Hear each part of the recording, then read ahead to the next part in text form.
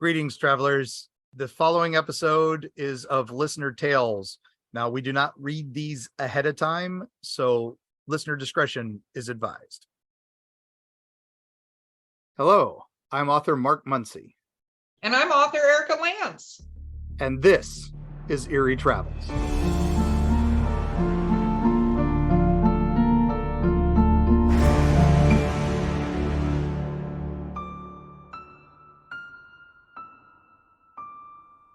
Greetings, travelers. Greetings, travelers. Oh, yes, it is the most wonderful time. Oh, wait, I keep doing that, and it's the wrong song, so. No, it's kind of, well, so this is a special episode that is actually going to be released on the 25th. Yeah, this is Christmas. For those that celebrate Christmas, Merry Christmas. Yes. For those who For celebrate those that are Yule, doing the Happy Yule. Happy Yule, Happy Solstice.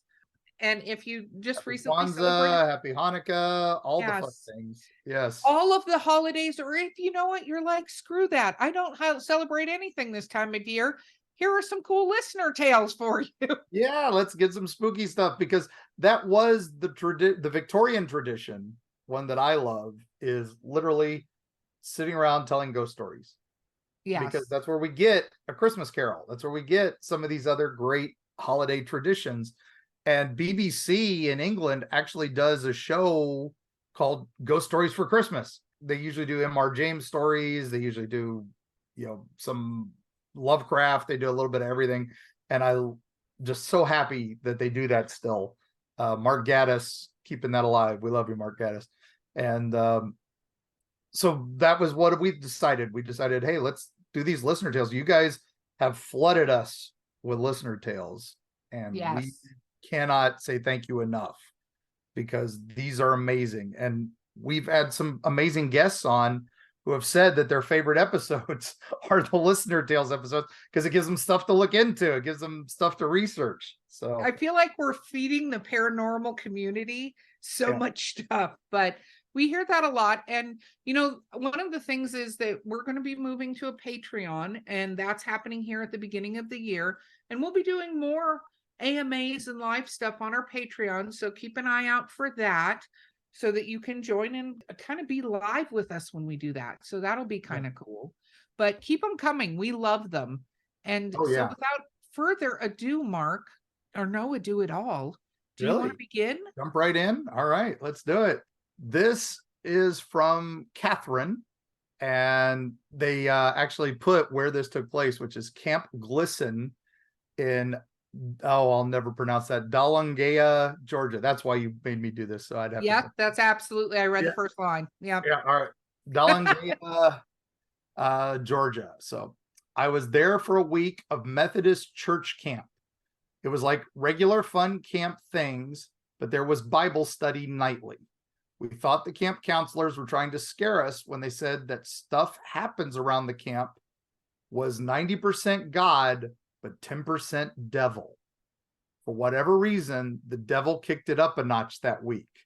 On a night that half the camp camped out in a meadow, there were sightings of a very tall 9-foot to 12-foot white creature with arms that were disproportionately long.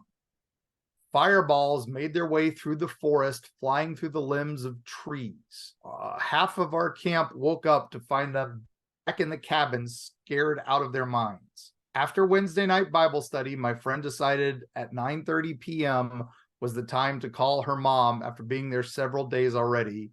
I had an uneasy feeling going as the phone booth, yes, it was 1980, was down the paved camp drive 100 yards. In the middle of her call, the white thing busted out of the tree line around the booth and scared us to death. Only the adrenaline fueled our legs to get away. I've never forgotten it. It was on Wednesday, August 6th. As an adult, I've grown to think of it as more of a cryptid or Bigfoot than a demon. All I know is that it was real, and it was in the North Georgia mountains. I think I'd rather see that than those other things in the woods that shall not be named. Catherine. Well, hello, Catherine. First of all, I noped out immediately. I would have already been gone. So I wouldn't have made it all those nights. I would have been going to that 80s phone booth, calling my mom and telling her to get there immediately and get me out of there. Yep.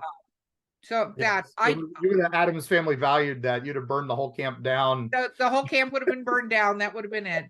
You know, it's interesting because on our recent listener questions episode, somebody brought up some white furred creatures. They weren't this tall, but I wouldn't be shocked to find out there's an albino Bigfoot. Like that wouldn't be Oh no, weird. that's Or a Yeti. the white fang of Alabama. There's one in Georgia. There's ones in North Carolina. That area, all along the Appalachians, they called them the white fangs. Now the fireballs through the forest is one of the things that immediately drew me to this, because that's, people always think of, oh, Bigfoot, Bigfoot, Bigfoot, and they don't talk about the strange stuff usually surrounding when a Bigfoot sighting takes place. And a common thing is what they call will-o-wisps or fairy fire or stuff like that, where it just little balls of flame seem to go through the trees and not set anything on fire, but fly through the air.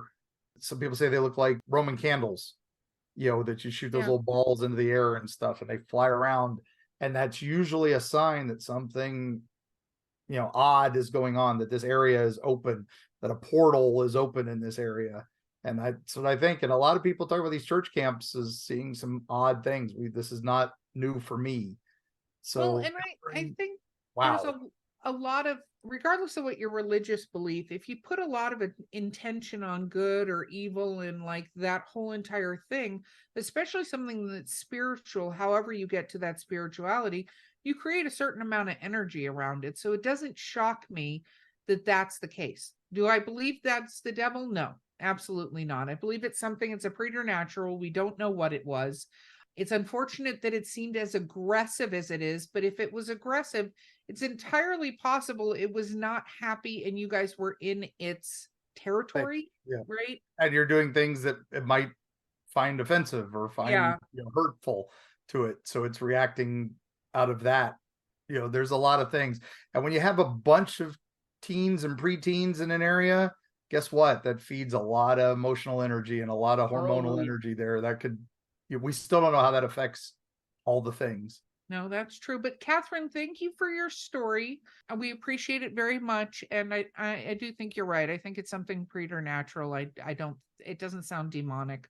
Not that we think demons, heaven, hell kind of demons, but evil, yucky entities. I don't think that's what that was. Mm-hmm. Mark? Agreed. Yeah. Okay. Next one. Hi, travelers.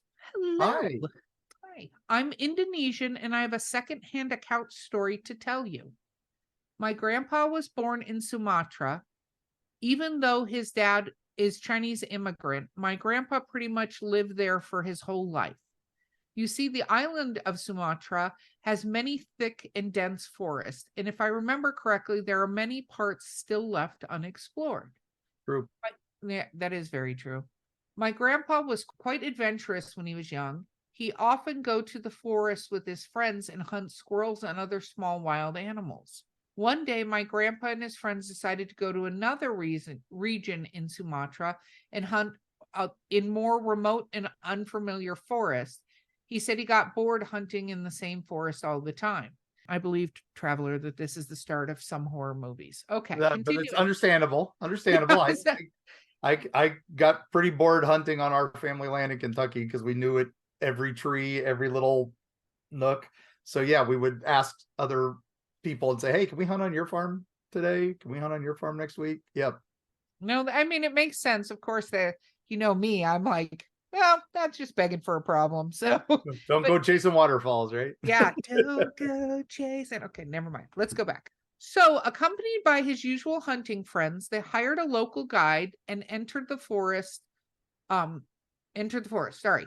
After hunting for squirrels all day, they realized that they were lost. Their local guide said he'd never seen this part of the forest they were in, which was weird because he made sure to stay in the area he was familiar with. I was about to say, what kind of guide leads you and then goes, yeah, have no idea where we are. Yeah. That's not good. Okay. My grandpa said it felt like they were hypnotized by unseen forces. And before they knew it, they ended up in an unfamiliar part of the forest. They tried to remain calm and assess the situation. And that's when they noticed it.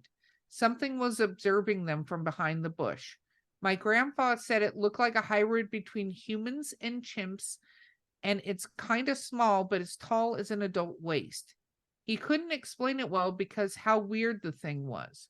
But he remembered one particular detail about the creature or thing. Its front foot were in reverse position. So when the creature walked, it looked like the creature was walking backwards. Hmm. Ooh. Have you ever heard of anything like that, Mark? Yeah, I'll wait till we get to the end of this, but I have some Okay. thoughts already. Wow, because that's new to me. So okay. The creature noticed my grandfather's party and was aware of its presence and walked away from the scene. Weirdly enough, the creature wasn't running at all. So out of curiosity, the party decided to follow the creature. Nope, that was no. Okay. No, sorry. Sorry, Grandpa. Not the that's the choice Erika would make. Okay. They arrived in an open area where the herd of the creature gathered. My Oh, grand there's a bunch of them. My grandpa said they were talking in some kind of unknown language, like a wild man language. The party decided it's enough curiosity and time to scram out of there because they were in an unknown situation and they could be in real danger. This is true.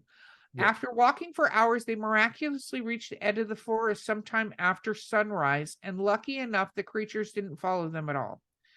It's up to you guys to believe me or not, but one thing I know for sure is my grandpa wasn't a liar. He kept telling the story even after he reached a very old age. The story got me into cryptozoology, and of course, I did some research on orang pendek. Orang pendek. Yeah. Yeah, I said that correctly. And some Sumatran. testimonies from across Sumatra were similar to my grandpa's. One thing that I want to mention is the creature speaks some kind of unknown language.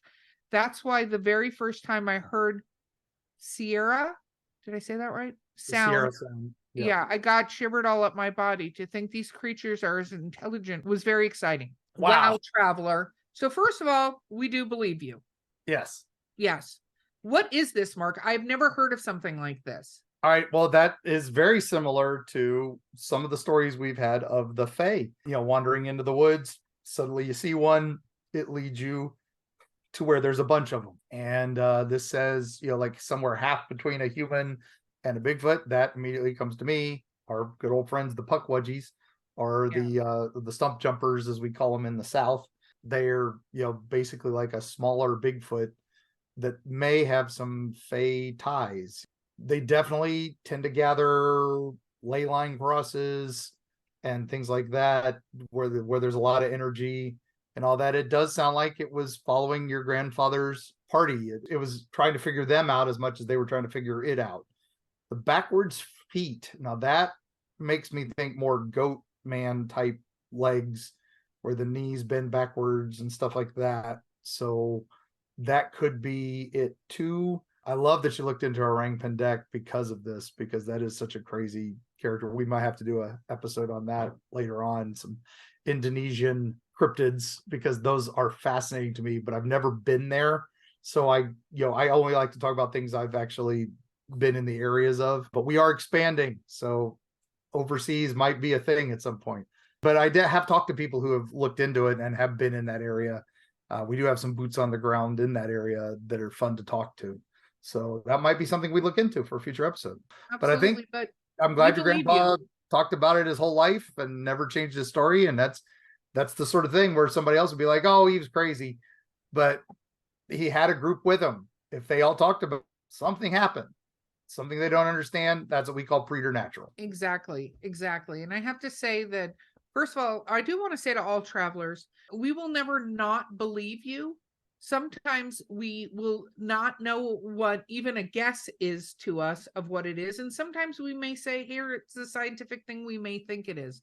But always know that we do believe you. We are never going to say one of our listeners and one of our fellow travelers is crazy or telling an untruth. It's your perception is reality. It's what you believe, and it's your reality, and it's totally fine. And if we think it's something mundane and all that, we will mention it.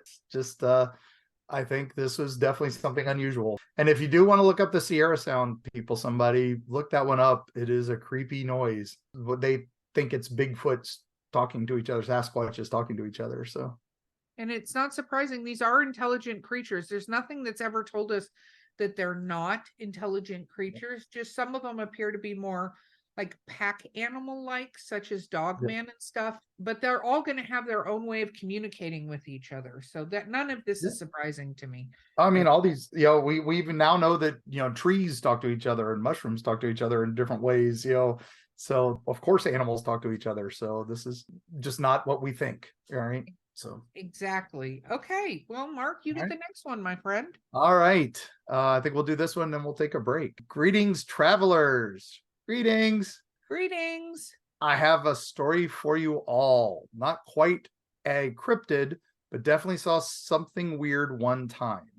A few years ago, my partner and I got home to my apartment late one night around 1 a.m. There was only street parking, so we parked a couple blocks away and were coming up to the alley behind the building since it was the closest entrance. It was a quiet, mostly residential area on a weeknight, so it was dead silent. As we came up to the alley, we saw a person sitting on some rocks at the alley entrance, staring directly across the street where the alley continued on the next block. They were really tall and thin, wearing a blonde wig. They didn't look over as we walked towards them, but when we were maybe 15 feet away, they stood up and walked into the alley across the street. It might have just been how dark it was, but it looked like they had no face, just a black space under the wig. We got up in view of the alley that they had walked into maybe 3 seconds later, and they were totally gone. Like it definitely wasn't even enough time for them to have walked out of the other side or into one of the buildings yet. The whole thing just had a really weird feeling to it. Keep me anonymous, as we aren't supposed to talk about it. Ah! Ah! I held that in. Ooh, nope, no. I love that you immediately knew it was a wig, and then the black space under the wig.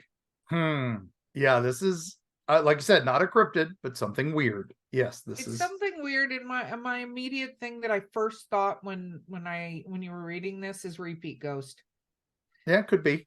Because things like that, especially, depending on the clothing it had, whatever, those kind of, and especially the immediate disappearance of it, I feel like usually dictates a repeat. Like it's doing some action that it did. Stone tape. Yeah. Yeah. Stone tape where it's just recorded into the walls there. Yeah. Yeah, that's a thought. My other thought is that it's some sort of just entity that alley is its home. Yeah. And that's where it comes outside, it watches the world around it, and then fades back in when it's time to go, when it's bedtime. So when somebody got too close to it, that's a natural hiding instinct. It cloaked, it disappeared, phased out, as it were. So there's a lot of different ways that could go. Burn the alley down. Just kidding. No, it didn't seem dangerous at all. Doesn't seem dangerous, but thank you for your story, Anonymous. We appreciate it. I'm sorry you aren't supposed to talk about it, but again, if you'd like to let us know exactly where that block is, we could do some history digging. We could find out, what may have happened in that alley over the years. There are public records. That's what they're there for. We could also maybe even get a team out there to watch to see if it happens again. And you can let us know. We won't share the address on on publicly. Like so keep that anonymous and all that. But please reply to my email I sent you back. I appreciate that. Would be very cool. Okay, did you want to take a break or do one more? I think I need to take a quick break, gang, because that one. Yeah. Okay, we'll take a break. We'll be right back.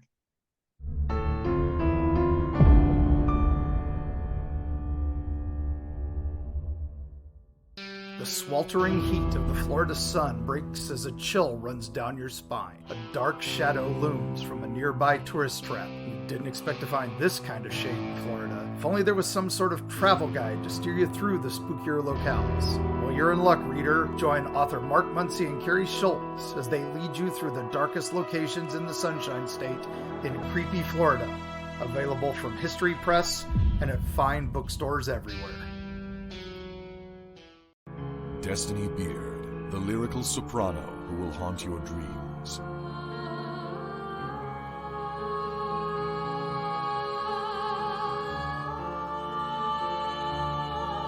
With her alluring melodies and intricate harmonies, This dark siren of wistful song shall capture your soul and lead you into the night. Check out Destiny's new single, The Haunting Is Over, with international musicians Sam Haines and Gary Bennett, as well as her other musical works at destinybeard.com.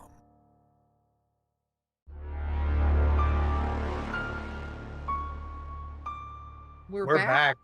Yeah. Oh, Jinx. Jinx, you owe me. I don't drink a Coke, but I can. Right. I can get you one. All right, that'll work. Give me a root beer. A root beer. You do like root beer. I do like root beer, and I like cheerwine, but I'm not supposed to do those because I'm old and blood sugar is a thing. So yeah, no, it's an Arnold Palmer. I don't know about you, but I used to be able to get a big gulp Dr. Pepper. Like Dr. Pepper was my jam, and I get one of those super big gulps and the huge things, or the big plastic gigantic mug that you had to hold with two hands because it was so ridiculous in size. Yeah. And I'd fill those up, go to 7-Eleven all the time, take in my plastic cup because it was like 25 cents to fill it up or whatever. And now every now and then I'm like, I should try Dr. Pepper. Nope. I didn't like the pretentious Dr. Pepper. I preferred Mr. Pibb because he didn't put any airs on, so. Oh, he didn't think he was a doctor? I actually, funny enough, went to see Star Wars when I was 3 years old. I talked about this Chinese Man Theater. I have a picture of me and one of the guys who was in the Dr. Pepper commercial when we were adults. Oh, yeah. His name was Wally, but he was like one of those guys jumping in the jeans and the white t-shirt. Give me a Dr. Pepper. So I've had some weird run-ins with things like that in my past. The other thing I used to drink a lot of was Sprite and eat Funyuns together. And oh God, what the hell? I don't know what my teenage. Oh God, it was bad. Well, at the time I was like, this is the best thing ever. And you go to try that again. I tried Funyuns and I was like, wow, why did I think I don't normally like to eat out at certain fast food restaurants. And then the other day I was feeling very weird. And it's Carrie's favorite place that she loves to go is like, she likes the Mexican stuff that isn't Mexican. So she likes going to Tijuana Flats or Taco Bell, and so she goes to Taco Bell. And I really thought the guy was going to get mad at us because we didn't order a Baja Blast. Really? Because she ordered like the strawberry whatever, and I ordered a tea. And they must have thought we were from another planet because we didn't order a Baja Blast. Because why come to Taco Bell and not order a Baja Blast? Oh my goodness. The guy showed us, he's like, well, if you like the Mountain Dew Code Red, I can make a Code Red by mixing these 3 drinks. And it was this amazing guy at this Taco Bell. And he actually gave me a sip. And I was like, oh my God, it does taste like Code Red. He's like, I know it's not on the menu, but I can do it. And I'm just like, all right, that's a talent. That guy should be on America's Got Talent. Shows how to make Code Red even when it's not available. Oh, no, totally. Although neither one of us should be drinking Code Red. So moving on from that. Oh my gosh. Yeah. Okay. Wow. Back to listener tales. Oh my gosh. I needed that after the last one. Sorry, gang. Yes. We need to cleanse it. The image finally hit me of the wig with no face. And that was it. I had to take a moment. I just want to point out that Mark just technically noped. So I did. I think that's a first. That is a first. Either I'm wearing off on you or who knows. Okay. So let's see here. Hi, travelers from the Czech Republic. Well, hello.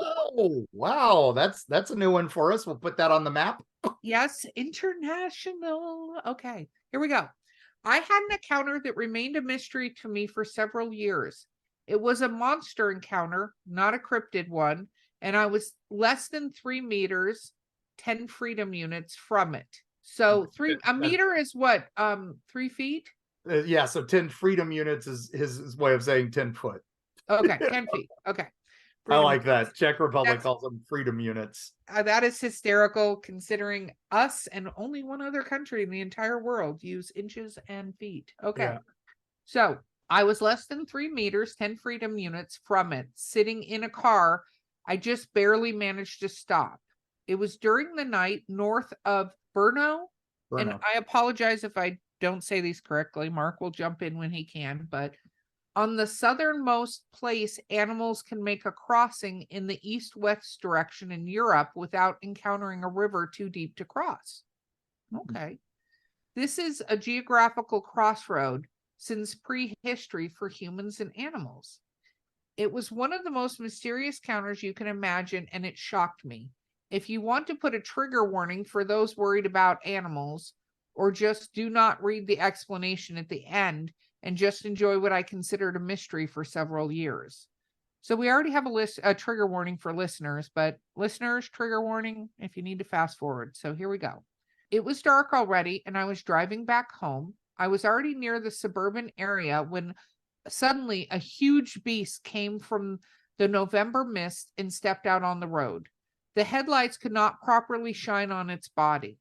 It was like a body swallowed light instead of reflecting it. Parts of it seemed like it was covered in extremely long hair.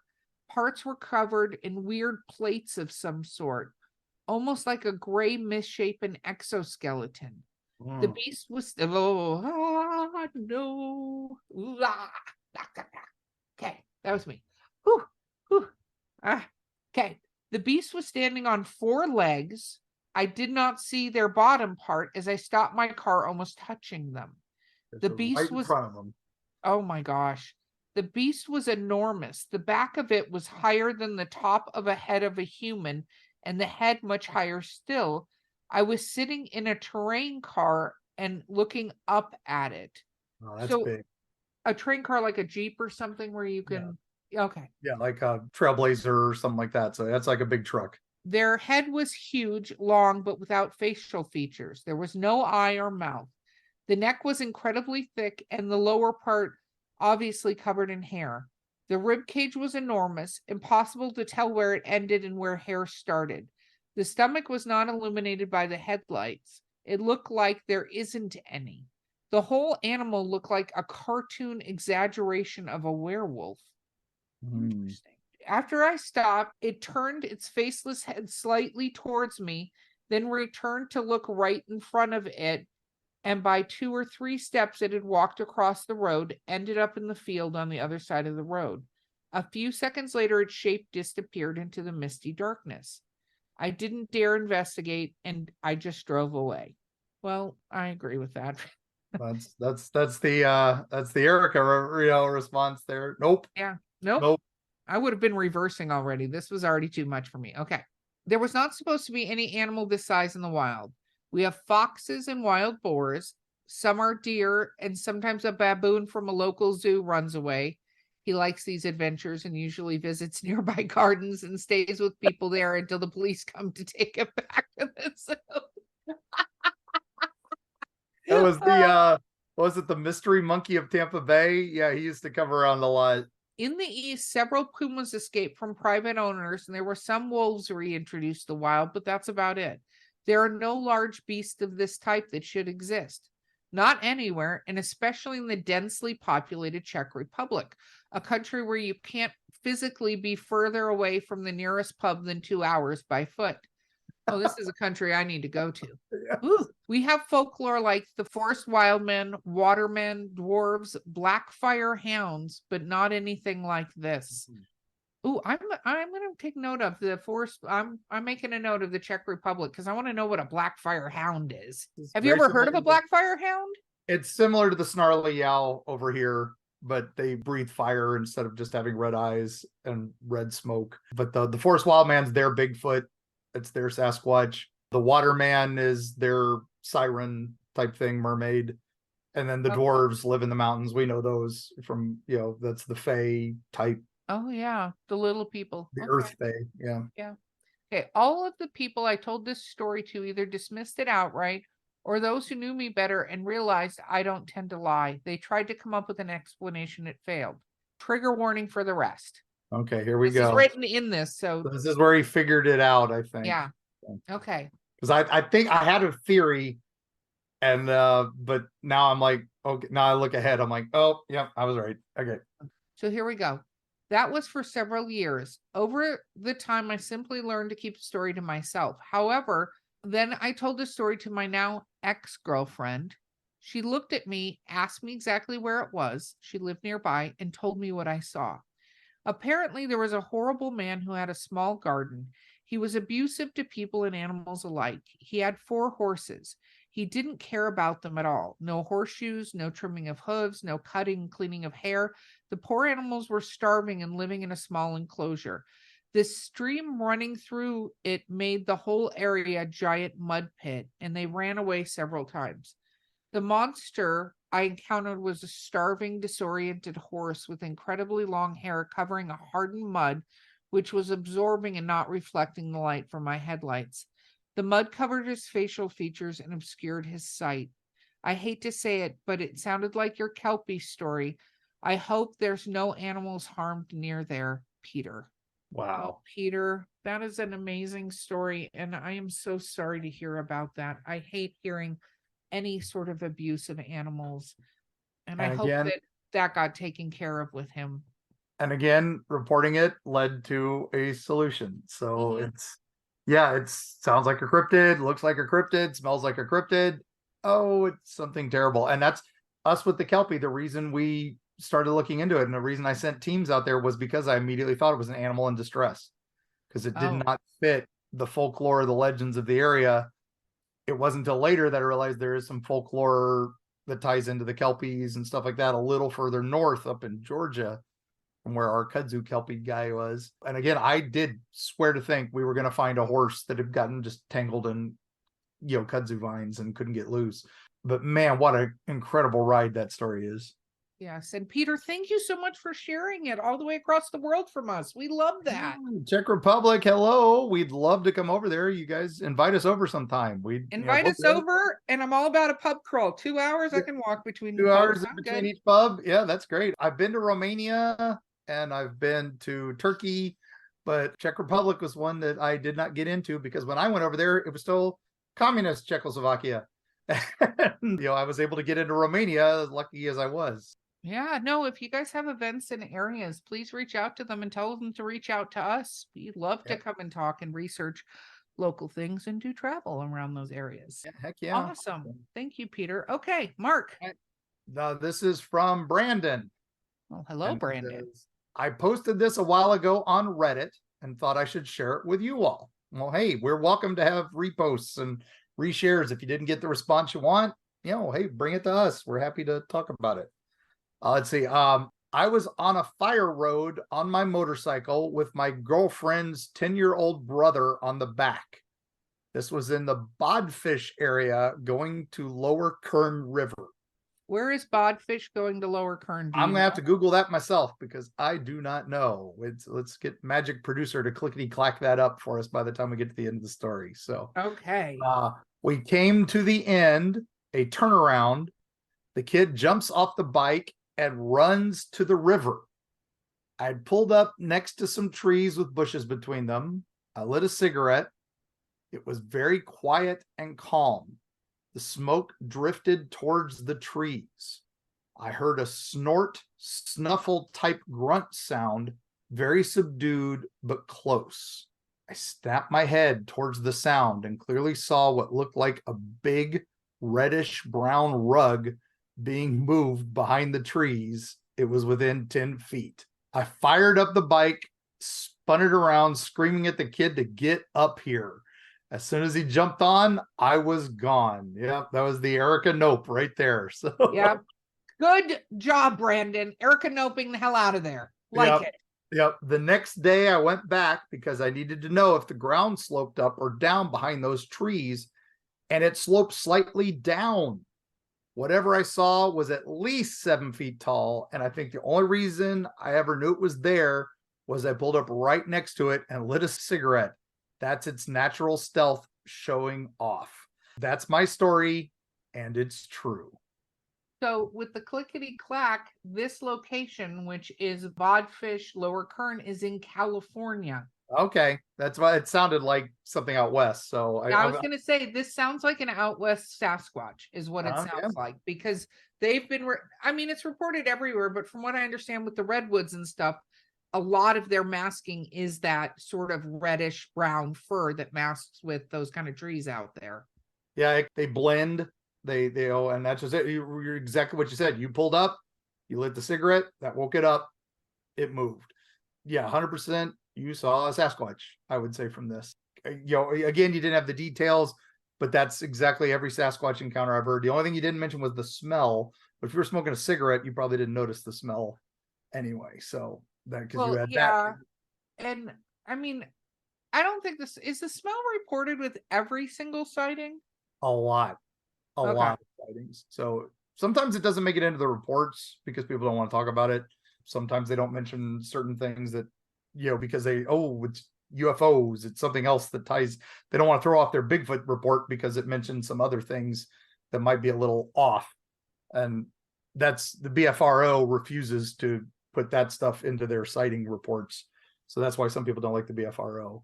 No, that makes sense. But it's also near a river. There's lots of other smells that could have been going on that masked it. You know what I mean? That's a good story. I thank you so much. That's the kind of thing. Yeah, if you didn't get that kind of response where you had posted it before that, people just didn't talk about it.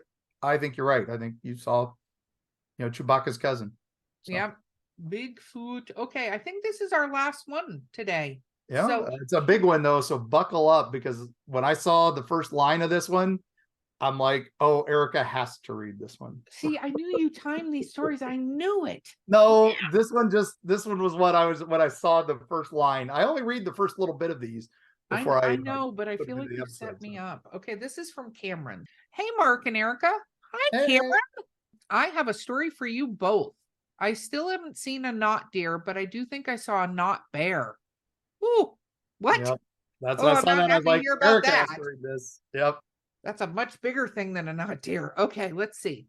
First, a quick background. I grew up in the mountains of Western Virginia. Sorry, I even messed that up because he says not West Virginia. Yeah. I grew up in the mountains of Western Virginia, not West Virginia. When I was 15, I saw my first strange creature. It was outside our house and it was larger than a deer, but not an elk. It shook the trees as it went past, and my mother, who is half Cherokee, said it was a great deer protecting us from Spearfinger. What is Spearfinger? Do you know what Spearfinger is? Spearfinger is a native legend. She's a first lady, very similar to Wampus Cat, and she will eat your liver. She pretends to be somebody else, gets close to you, and then stabs you with her very, very long finger and pulls out your liver and eats you. And the Cherokee went to war with her and lost many a warrior and never had a victory. Oh, wow. So, Wow.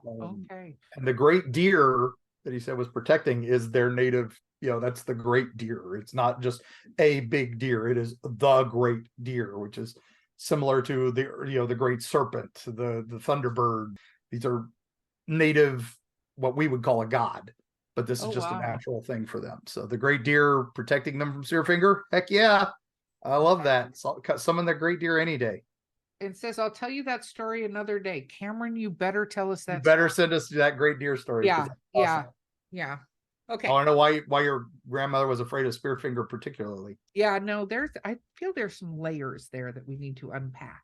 But I've also made a note for us to look into that for future episodes. Spearfinger is a part of our Smoky Mountain book that's coming up. So look at how you managed to plug your book coming. well, our book coming up, you're going to chime in on that one. So oh yeah, no, wait, that's true. Stop giving away surprises. Here we go. Oh yeah, sorry. Okay, here we go. So last summer we were in Yosemite camping. We drove towards our lodge that we had rented and started smelling something really, really bad for about a minute. It reminded me of stories of Sasquatch stinking, so I immediately started looking around. Ooh, that's true. See, there you go. We didn't see anything out of the ordinary, so we drove to our lodge. My wife said it had to be something dead nearby as it just wafted towards us. Maybe after we got settled, we could drive back and then hike to see if we could find it before dark. Your wife is not of the Erika school of nope, I see. Oh, she's in the Muncy school there. She's in the Muncy school of, you know what's a great idea? Let's go find the dead body. Yes. Don't love that. Okay. We didn't get settled for some time, and it was dark before camp was set up. I had forgotten almost about the bad smell. We were settling into our camper and turned on our electric fans to cool off. It was way warmer than we were told to expect that weekend. We were sweating and realized we smelled pretty foul ourselves. We knew there was a public shower nearby, so we started hiking that way. We passed a couple of other campsites, but somehow we got off the trail and realized we were now in the woods and possibly a bit lost. Ooh. Mhm. I pulled out Good my Yosemite. Yeah. I pulled out my GPS unit since there's no signal out there. Once the screen came up, I heard a loud noise next to us, like a Godzilla, but metallic and harmonized. Ooh. I can't describe the sound. I've never heard anything like it in all my years. Erika would have been pleased as we both immediately screamed run to each other. Yes. Yes. That is so true. Out. Go. Okay. This is my theory, Cameron, that I don't have to outrun anybody Godzilla, but but Muncy. metallic and harmonized. It's Mecha Godzilla. Oh God. Multiple Mecha Godzilla. Yeah. Oh, Mecha Godzilla. Okay. We quickly scanned the lights to find a decent trail, but that's when the smell hit us. It was a sulfur and death rolled in garbage. I choke up even thinking about it, and I felt my eyes burn a bit. Ooh, that reminds me. Yeah. Yeah. Okay. I even felt that in the back of my throat. Oh, yeah. We're going to unpack this when we get there. Okay. Yeah. There's a lot. This is a big one. So this is a big one. And I'm having lots of I've got goosebumps. I've got chills. There's many things happening to me right now. My wife screamed, "Find the damn trail." That was an exclamation and caps. Yeah. So I beamed around more, and that's when I saw it. It was as tall as the branches above. We hadn't seen it because we thought it was a tree. It was furry and thought it was a grizzly with mange on its hind legs. It had to be 12 feet tall. Then it turned around and looked down at the light, and I saw its eyes were completely gone, like a dark hole where they should be. I froze until my wife screamed again at me to fucking run. Ooh, your wife. I like her already. That seemed to break my fear paralysis when we took off. I saw it start to slowly walk after us like a zombie. We quickly found the lights of the public shower and ran for it. I swore that thing was following us. Then here's where it gets weird. Okay, Cameron, dude, we're already in weird. We are so far into weird right now. Okay. We saw a giant elk come out and walk towards the trail. I think it was the great deer protecting us. Oh, there you go. Oh, I just got chills. I had been asking for my ancestors' protection since I started panicking instinctively.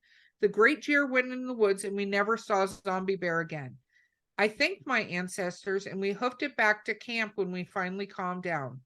I hope you all enjoyed this story. It all really happened, and I think I want to write it into a book about some weird experiences I had. Thanks for letting me know I'm not crazy believing in all of this. Aw. First of all, I'm having many physical reactions to the story, Cameron. Cameron, this is an amazing story, and you're a great writer. Yeah. I was sucked in for all of it, so that you are a good storyteller, and that will make you a great writer. So the Not Bear. I actually want to go back a tick, because the metallic and electronic sounds, what that reminds me of is not the Grafton monster, the Flatwoods monster.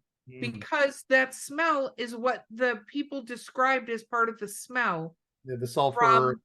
And the metallic whirling and stuff, because we discussed the Flatwoods, and the Flatwoods, I think we both agree, it seems like that was a spacesuit, whatever that thing was wearing, and it made those noises. So it's interesting that they encountered that as well. And I mean, I don't know if it has a similarity. I mean, obviously they didn't see a ball or the steam or whatever, but it sounds very similar, right, to something like that, I think. Yeah, I like the fact that it was about 12 feet tall and that its eyes were gone, like no eyes, just dark holes. That sounds like something out of an Al Goingback book, right? It's that reminded me of Crota. So some sort of native spirit, dark creature of some sort. That Yosemite, I have never heard this ever anywhere else. So this is the first time I've heard about this. I would love to hear if we have any other listeners that have seen something like this. Well, and where exactly did you camp, Cameron? Tell us where you camped. Yeah, which part of Yosemite? Yosemite is a big damn place. I would love to know. Not bear. So the knot deer usually is actually, unfortunately, a disease that deer can get Yeah. which is called the wasting disease. Yeah. And if a bear, and I've seen bear attack baby moose and deer and stuff like that, they don't always, but grizzly bears are very, eat what they Very can aggressive. kind of thing. And if they ate a deer that had the wasting disease, that's what happens. Their eyes look like they disappear and stuff like that. If you look up the wasting disease, it creates what looks like mange and things like that. And they go a little kind of crazy from Because it this. affects the brain. It's neurological. Yeah. Yeah. And so to me, the bear sounds, I could be wrong, but grizzlies get that. They can get really, really big, especially when they stand up on their hind quarters. I mean, there's a few pictures of people with a giant grizzly bear, and they're 2 times the size of a 6-foot tall Oh yeah. man. If you ever want a scary time, watch the documentary, the Werner Herzog documentary, Grizzly Man, which is a guy who lived amongst grizzlies in Alaska, trying to be basically Jane Goodall, but he was doing it with grizzlies in Alaska, and everybody kept telling him, at some point you're going to die. And spoiler, the grizzlies ate him. So him and his girlfriend, which was like the really sad part of it. But man, that's a crazy.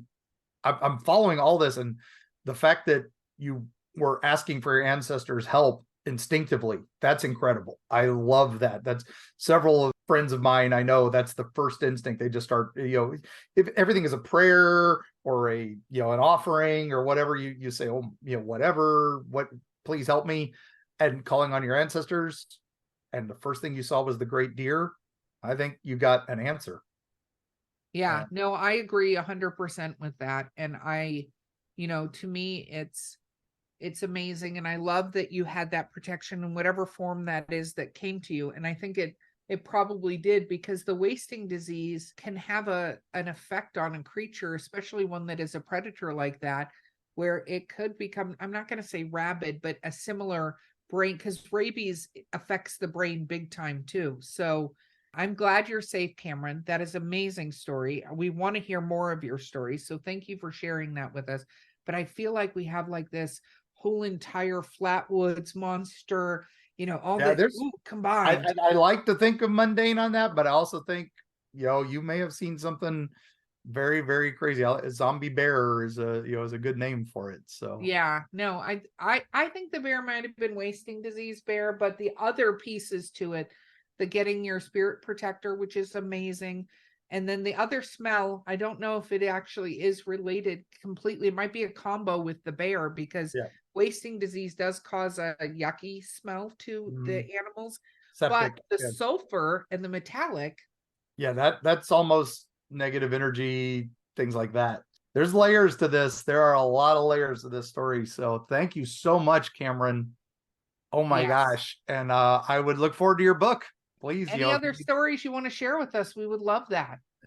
Man, what a way to end it, Erika, for Christmas, for Yule, for solstice, for Hanukkah, Kwanzaa, whatever you want to celebrate. Oh my gosh, this was the perfect dark night of the year story. So it was. And thank you, travelers, so much again for sharing all this with us. We love these. These are amazing.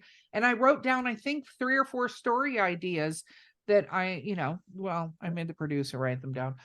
Story ideas to get us going there, because we love this and it gives us great things to research and look into for you. Yeah, I'm floored by everything you guys have done for us. That has been the best Christmas present we could have gotten, best holiday present we could have gotten, is the fact that you guys send us so many of these letters and words of encouragement. And we're okay with the words of, hey, you should fix this, or you said this wrong, or whatever. Those are fun. We do accept our corrections. But the fact that you guys are listening to us and sharing us and getting more and more listeners. I mean, some of these letters were talking about how they found us because somebody else had told them about us. So please, word of mouth is everything, and that's great. And Erika, do you have any other holiday wishes for our listeners? I just want to say that, we're going into a new year. You'll hear this again from us, but we hope everything that you want to put out into the universe comes true for you, and that you have an amazing 2024. And we're super excited to be a part of that with you. And thank you for being on this journey with us so far this year. It's been kind of exciting. Yeah. It's been more than kind of exciting. It's been wickedly epic. Yeah, we went into this thinking, okay, well, we'll tell some stories from my various books. We'll tell some stories from Erika's travels. We'll combine all this and just kind of see what happens. And man, the fact that it's blown up to what it's been, and that people are inviting us to conventions and inviting us to public speak, and that people are, when's the next book? When's the next book? Well, it's coming. And when's the next episode? Oh my gosh. The fact we started 1 day a week, and then almost immediately we had to go to 2 days a week because the demand was there. With the Patreon coming up, and the fact that we've got catchphrases, oh my gosh, and Erika's nope. And my, that's the Midwest. That's the Midwest in me. Fill in the blank spaces of the conversation. You got to say, and the fact that it's one syllable for me is. It's true. It's just been such a great journey. So thank you, travelers, so much for being with us. We feel like we're all together, and we really appreciate everything you've done. And we look forward to seeing you in person, doing more shows with you. But please check out our event schedule. We have a lot of stuff coming up, and we would love to meet our travelers and stuff like that. And we really appreciate every bit of support. And always remember that our booths at events are safe spaces. So if you need a place just to calm down, you can always come over to our booth. You will always be welcome. Yep, you're more than welcome anytime, gang. And we actually have a special traveler that we did meet at a booth that we need to do a little shout out to. Oh, who's that? Remember the young man that you met at that local folk moot festival? Oh yeah. Thank you so much. And now I'm blanking on his name. Yes, I think is it Dylan? I feel like it was, I'm close. Dylan, but he hung out at the folk moot festival with us for a while, told us a lot of fun things, and he knew more about cryptids than I did. He knew more about the Jersey Devil than you did. And we got to meet his amazing father. Yep. And his father, his whole family came and visited us, and they were just a blast. And he looked through every single one of Carrie's illustrations, and that's dozens and dozens. And he was able to, the ones he didn't know, he was super excited about. And the ones he did know, he had more information on. So Merry Christmas, young man. We loved you, and you were incredible. And your family came and snuck and bought a bunch of pictures for us. So hopefully you're opening those as you listen. And, or we've just blown Christmas for an amazing young man. This isn't airing till the holidays, so we're good. Okay. So anyway, thank you so much for coming out to see us. We've meant to acknowledge that for some time, and we are sometimes a little bit forgetful, so forgive us, but it was wonderful meeting you, and we can't wait to see you again. Yeah, definitely. And thank you all so much for everything. All of you. Every encounter is wonderful with us. And with that, gang, I think we're just going to say happy holidays. Enjoy your Yule log. Enjoy a nice cup of eggnog or whatever libation you prefer. I like a hot cider myself.